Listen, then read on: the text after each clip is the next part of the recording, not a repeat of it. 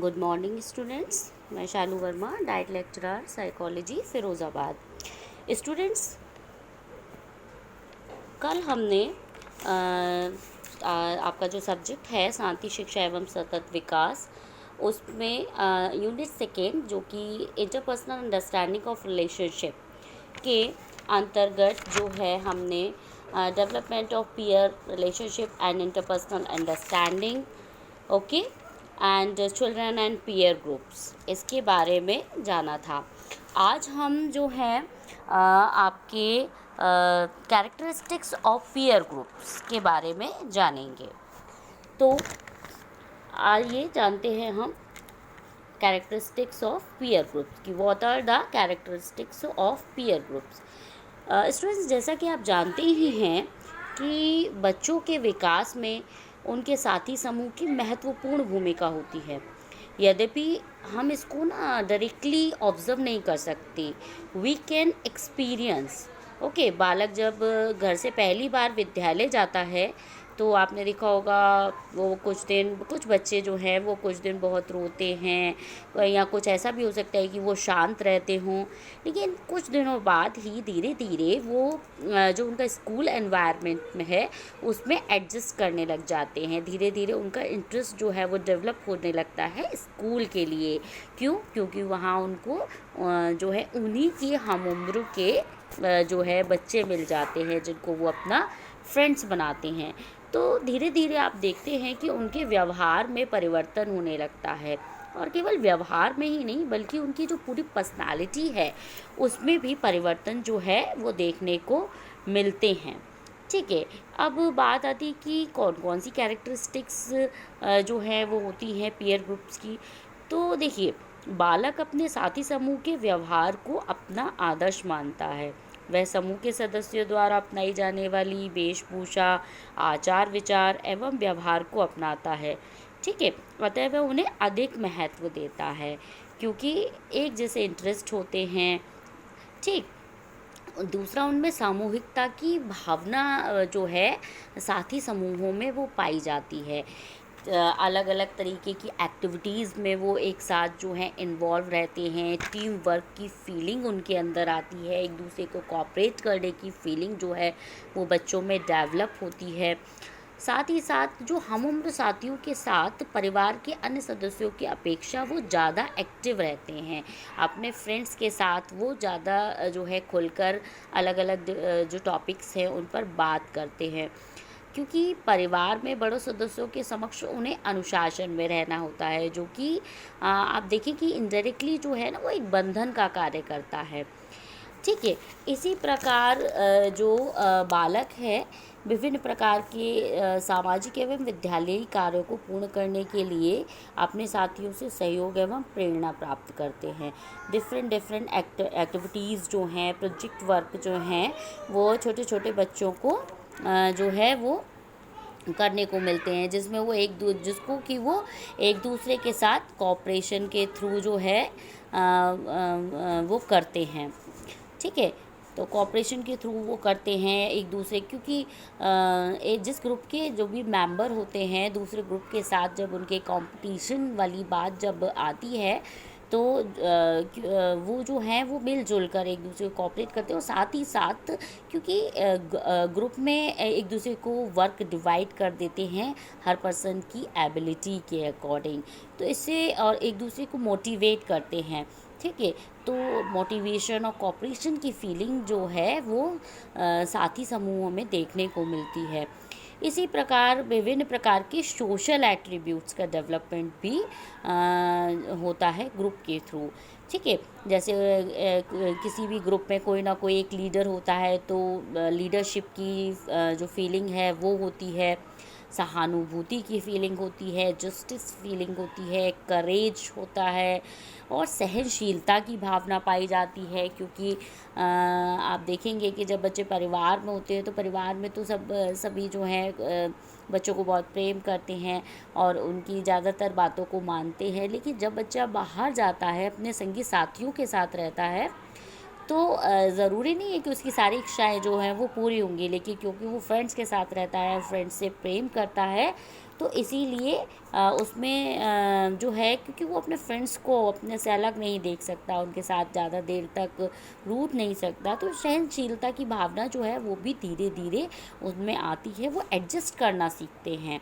दया की भावना आती है, परोपकार की भावना जो है, दूसरों की हेल्प करना जो है वो सीखते हैं। ये भी साथी समूह की विशेषताएं होती हैं। अब आपका टॉपिक जो है वो नेक्स्ट है कि role of peer group in childrens development, या what is the importance of peer groups in the development of children. तो स्टूडेंट्स ये जो पीयर ग्रुप्स हैं कि बच्चों के मेंटल डेवलपमेंट में इनका बहुत बड़ा जो है वो रोल प्ले करते हैं, क्योंकि एक क्लास में, एक ग्रुप में डिफरेंट डिफरेंट मेंटल एबिलिटीज़ वाले बच्चे होते हैं, और जब कोई प्रॉब्लम्स जो है उनको दी जाती है, सॉर्ट आउट करने के लिए कोई टास्क दिया जाता है, तो उन पर वो एक थिंकिंग करते हैं, प्रॉब्लम सॉल्विंग करते हैं, रीज़न देते हैं उसके लिए, तो इससे उनका जो है मेंटल डेवलपमेंट होता है। और क्योंकि खेलते कूदते हैं तो उनका जो है फिज़िकल डेवलपमेंट होता है। ठीक है, साथ ही साथ उनमें, जैसे कि मैंने अभी आपको बताया, सोशल एट्रीब्यूट्स के डेवलपमेंट में भी ये जो पीयर ग्रुप्स हैं बहुत ही इंपॉर्टेंट रोल प्ले करते हैं। बच्चों में लीडरशिप की फीलिंग आती है, दूसरों की हेल्प करने की फीलिंग आती है, कोऑपरेशन करना बच्चे सीखते हैं। ठीक है, और सहनशीलता की भावना उनके अंदर आती है। ठीक है, नेक्स्ट है आपका भाषाई विकास में भूमिका, कि जो लिंग्विस्टिक डेवलपमेंट है वो भी होता है। ज़रूरी नहीं है कि एक ही भाषा को बोलने वाले बच्चे जो है विद्यालय में आते हों, अलग अलग भाषाओं वाले भी हो सकते हैं। तो जब वो एक ही साथ रहते हैं, एक ही साथ इंटरेक्शन करते हैं, तो इससे जो है बच्चों में विचारों का जो है वो भी आदान प्रदान होता है। तो इससे बच्चों में जो है लिंग्विस्टिक डेवलपमेंट भी होता है। ठीक है, इसके साथ साथ क्योंकि डिफरेंट डिफरेंट एबिलिटीज़ वाले बच्चे होते हैं, इंडिविजुअल डिफरेंसेस जो हैं वो बच्चों में पाए जाते हैं। हर बच्चा जो है वो हर चीज़ में अच्छा होगा, इट इज़ नॉट पॉसिबल। लेकिन एक ग्रुप में डिफरेंट डिफरेंट एबिलिटीज़ वाले बच्चे जब होते हैं तो वो एक दूसरे के साथ जब मिलकर काम करते हैं, किसी टॉपिक पर थिंकिंग करते हैं, तो एक दूसरे की जो एबिलिटीज़ हैं उनसे इन्फ्लुएंस्ड होते हैं और अपनी एबिलिटीज़ से भी उन्हें इन्फ्लुएंस्ड करते हैं। ठीक है, तो इस तरीके से उनमें डिफरेंट डिफरेंट एबिलिटीज़ जो हैं उनका डेवलपमेंट होता है। नेक्स्ट है आपका रोल ऑफ टेक्निकल डेवलपमेंट। आज जैसा कि आप जानते ही है कि आज की जो एज है, it is a technological age, okay, scientific age. और आपने देखा भी होगा कि जितना कुछ जो है इलेक्ट्रॉनिक गैजेट्स के बारे में बच्चों को नॉलेज होती है, उतना तो बड़ों को भी नहीं होती है। तो इस तरीके से बच्चे जो हैं वो एक दूसरे को, आजकल आप भी देखते हैं कि बच्चे जो हैं डिफरेंट डिफरेंट इलेक्ट्रॉनिक गैजेट्स के बारे में एक दूसरे को बताते हैं, खुद ही भी अवेयर होते हैं, दूसरों को भी अवेयर करते हैं। तो इस तरीके से बच्चों में टेक्निकल डेवलपमेंट जो है वो भी होता है। ओके, अब आपका नेक्स्ट टॉपिक है सोशल कॉग्निशन। तो what is social cognition? Social cognition refers to process knowing about the society. Okay, यानी कि जो भी सोशल एनवायरनमेंट के बारे में जो भी नॉलेज हम गेन करते हैं, that is called social cognition. Okay, तो सामाजिक बोध से तात्पर्य आप एक तरीके से समझ सकते हैं कि लोग या बच्चे जो हैं उनके द्वारा जब लोगों के बारे में, सामाजिक स्थितियों के विषय में सूचनाएं या जानकारी प्राप्त करना और उस प्राप्त जानकारी को संग्रहित करना तथा नवीन परिस्थितियों में उसे प्रकट करना। ठीक है, उसे हम बोलते हैं सामाजिक बोध।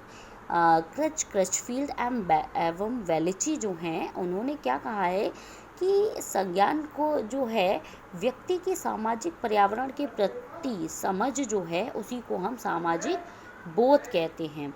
ऐसे ही according to James Trevor is saying that cognition is a general term covering all the various modes of knowing, perceiving, remembering, imagining, judging and reasoning.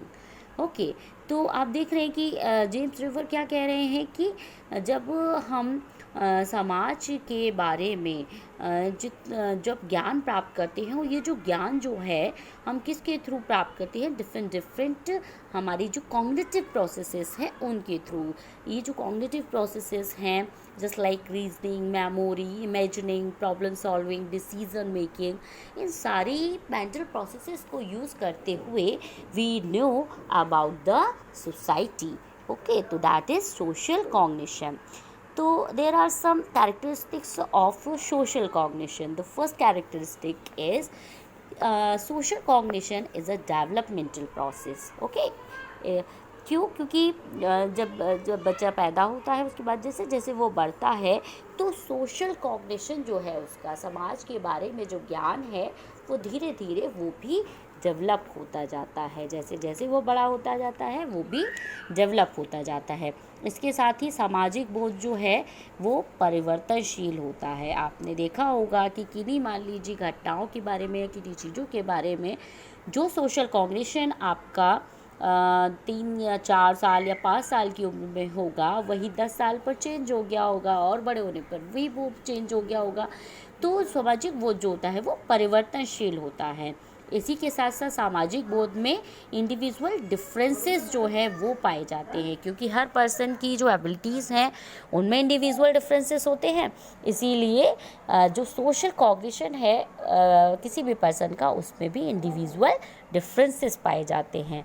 ठीक है, नेक्स्ट कैरेक्टरिस्टिक्स है कि इसमें सेलेक्टिवनेस पाई जाती है, क्योंकि we see many stimulus in our environment and it is not possible for us ki we pay attention to every stimulus. Okay, so in this in such type of situations we select some stimulus to pay attention. Okay, तो इसलिए इनमें भी सिलेक्टिवनेस की जो characteristics है वो पाई जाती है।